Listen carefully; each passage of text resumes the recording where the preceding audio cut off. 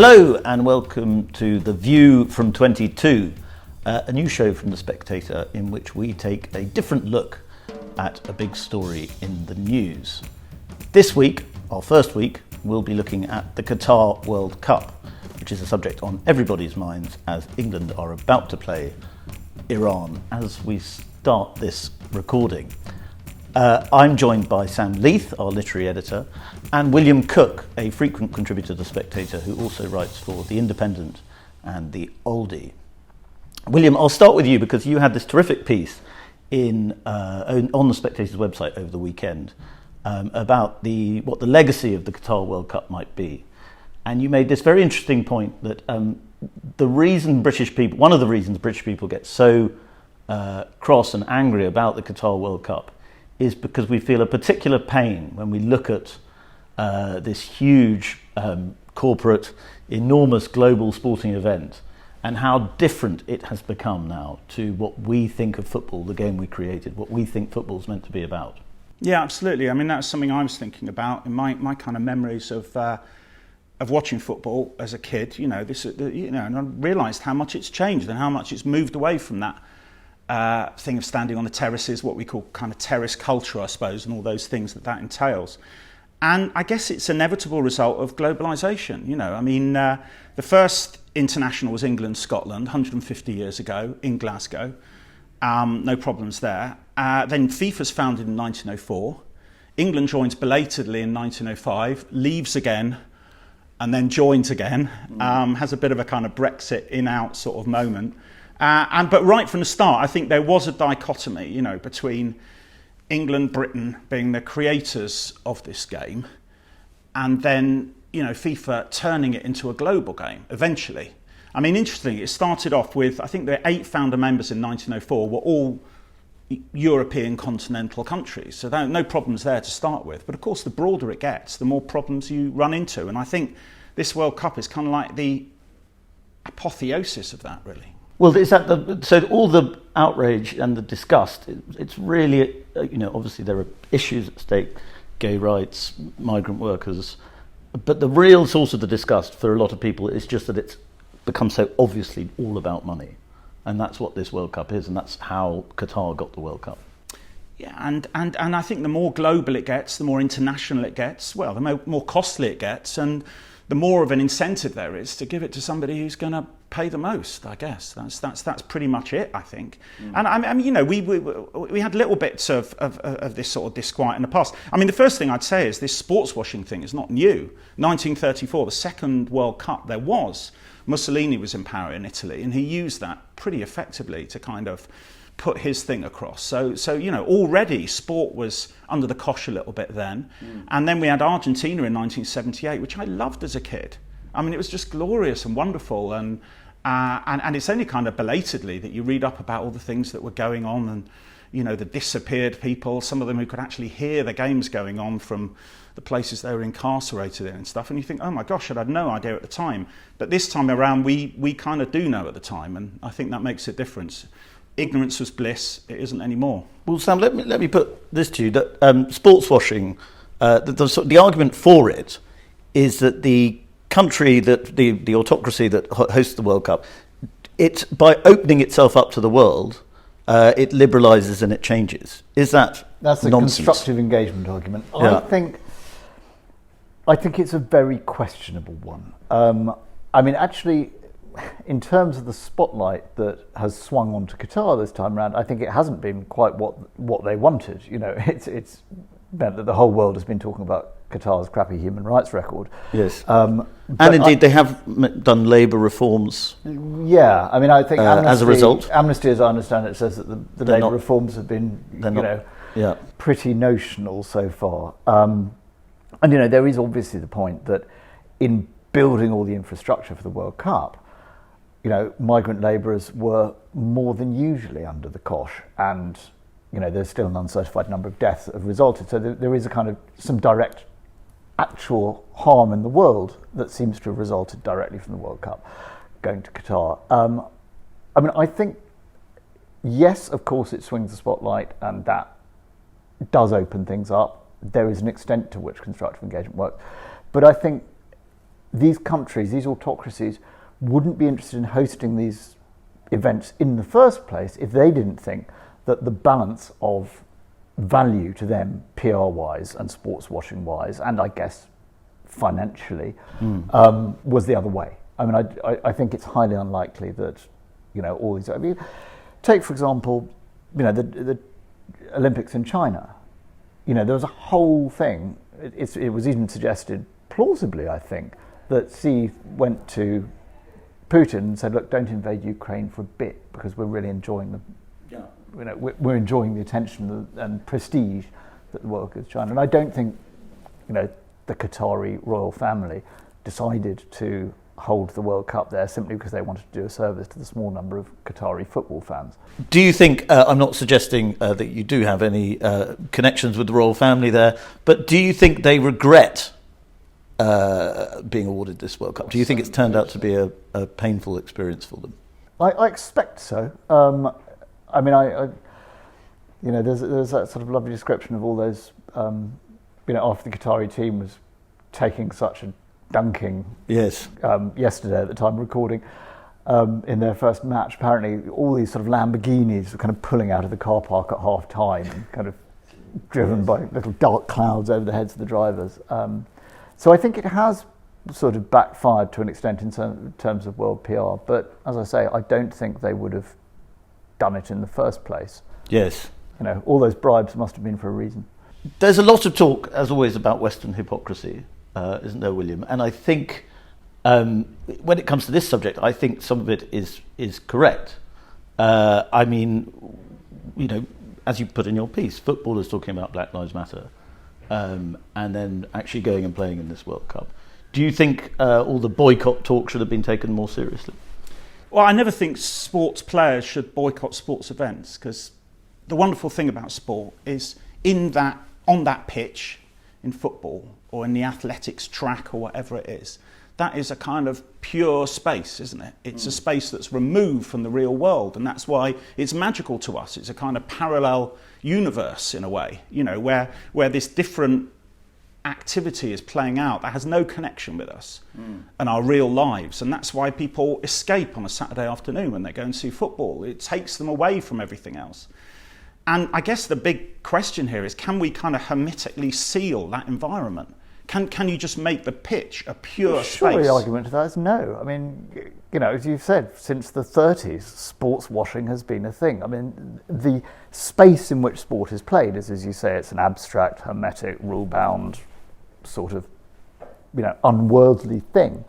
But all of the stuff that surrounds it is profoundly political and profoundly to do with money and commerce and power. And it seems to me, that the big lie has always been sport is above politics, because it's deeply political. Well, I mean, let's carry on with the constructive engagement stuff for a bit, because this is the first World Cup held in the Muslim world. Presumably, we all want better engagement, better relations with the Islamic world. This is a great opportunity in many ways for West and East and Islam and secularism to come together in some event. But of course, it's massively overshadowed by the politics and by the rows. Do you not think that we're perhaps, in our desire to show that we disapprove of the Qataris very much, we are sort of thumbing our noses at something possibly greater?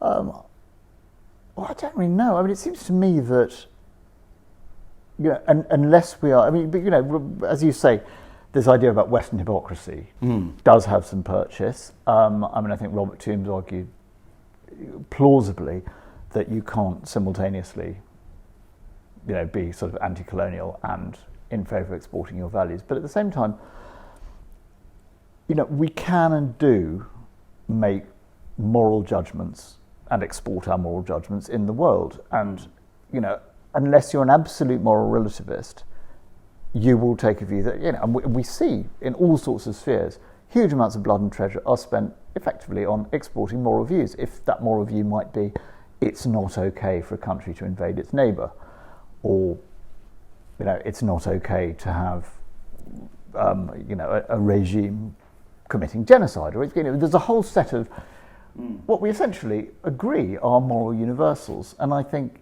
it's we shouldn't get into a kind of cultural cringe where making any sort of moral judgment or asserting any sort of universal value is somehow wrong or imperialist or... Yes. And yet I don't think the sportsmen should carry the can, because they are doing something different, ideally, hopefully. And I'm very uncomfortable when sports professionals do start to engage with political positions, even ones that I agree with, because I think they're kind of breaking down that well, fourth can they wall. pick and choose, though? I mean, I think probably one of the strongest distinctions that's been made here, it seems to me, that's probably a reason one is, right, Qatar is a sovereign nation. It can make its own rules. It's not necessarily up to Western powers to dictate in a kind of liberal imperialist way what Qatar does within its borders. But at the same time, it's the organisations like FIFA and footballers who spend a lot of time spouting on moral issues and making a sort of great show of liberal universalism, who, when it comes down to it, they follow the money. And absolutely. I think you have to, you have to pick and choose a little bit. I think nobody's doing the defence of FIFA take at the moment. Yes, I think there is. Well, except old Crazy Cakes and his Infantino. Infantino, yes. Yeah. Well, that was a ridiculous speech, wasn't it? But I think it's. I mean, even his though he idea was also that, which again I thought was where the Western hypocrisy argument seems to me to have to stop, is that him saying, well, the West has been, morally compromised for thousands of years, so they need to get their house in order before they criticise slavery here and now. I'm like saying, you may be the indirect beneficiary of your ancestors' involvement in slavery. You now think slavery is wrong, but you shouldn't criticise it when it's happening here, now, and in the world. It seems to me just absolute nonsense. Aren't we talking a little way about a practical problem here with the World Cup as it stands, as this festival where all the different football teams are kind of camped there for 6 weeks or whatever, however long it is? I mean, when I was a kid, I remember we used to follow games on the telly or whatever that were happening behind the Iron Curtain when, West and East were braced for the next nuclear war. That wasn't a problem because the teams flew in, they played the game, and they flew out the same night. They were there and back in 24 hours. And clearly, for everybody watching, and it wasn't a problem if somebody was presenting on Sports Night or whatever, because the team flew in, they got to the stadium, they played the match, they went home again. It seems to me that the kind of problem is this sort of feeling of a fiesta, of a festival, of a wonderful coming together. I mean, ironically, in this day and age, it would be perfectly possible for the England team to fly in and out for each match. Well, is that where the problem of huge corporate involvement gets messier? Because corporations now are very keen on projecting values. Every major corporate sponsor of an event like the World Cup will have a kind of gay rights messaging agenda, and then you can't blend that when you're having a World Cup in a place like Qatar. You can't have those two things at the same time. Well, absolutely. And I mean, this is why it was very interesting going to that FIFA museum in Zurich, because you kind of look into the history of it, you think a bunch of guys get together, they love football, they want to play football. Wouldn't it be fun to have games between different countries? That would be great, wouldn't it? So 8 of them get together and they're like Switzerland, Denmark, France, Italy, whatever, Spain, no problem. Obviously, then the politics intervenes in the 30s and gets scuppered very early on. But ultimately, if FIFA's goal is to make it a global game, in the end, the values, as you say, of the kind of founders, where there still is this sort of continental social democratic sensibility, is going to come up against the reality of places where they love football, but don't love the touchy-feely notions of the people who started the whole thing. Don't you think it's quite unfair to expect sportsmen to have to stand up for values? Absolutely. The sportsmen, I mean, and I mean this goes into all sorts of things, and actually things that I like and that I approve of.